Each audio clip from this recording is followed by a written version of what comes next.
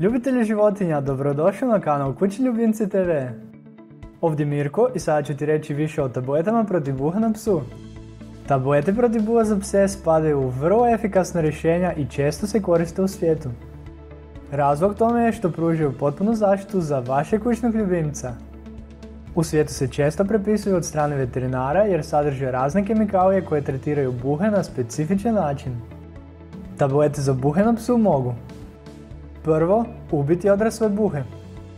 Drugo, spriječiti širenje buha, odnosno rađanje novih. I treće, služiti kao prevencija od dolaska novih nametnika. Tablete su samo jedno od sredstva protiv buha koja možete koristiti. Kako biste odabrali najbolju metodu, savjetujemo vam da posjetite veterinara jer nisu sva sredstva za buhe idealna za vašeg psa. Veterinar je svakako stručna osoba koja će moći bolje procijeniti situaciju i savjetovati vas o primjeni najbolje metode i sredstva kako biste se riješili buha na psu, u kući i vani u okolišu.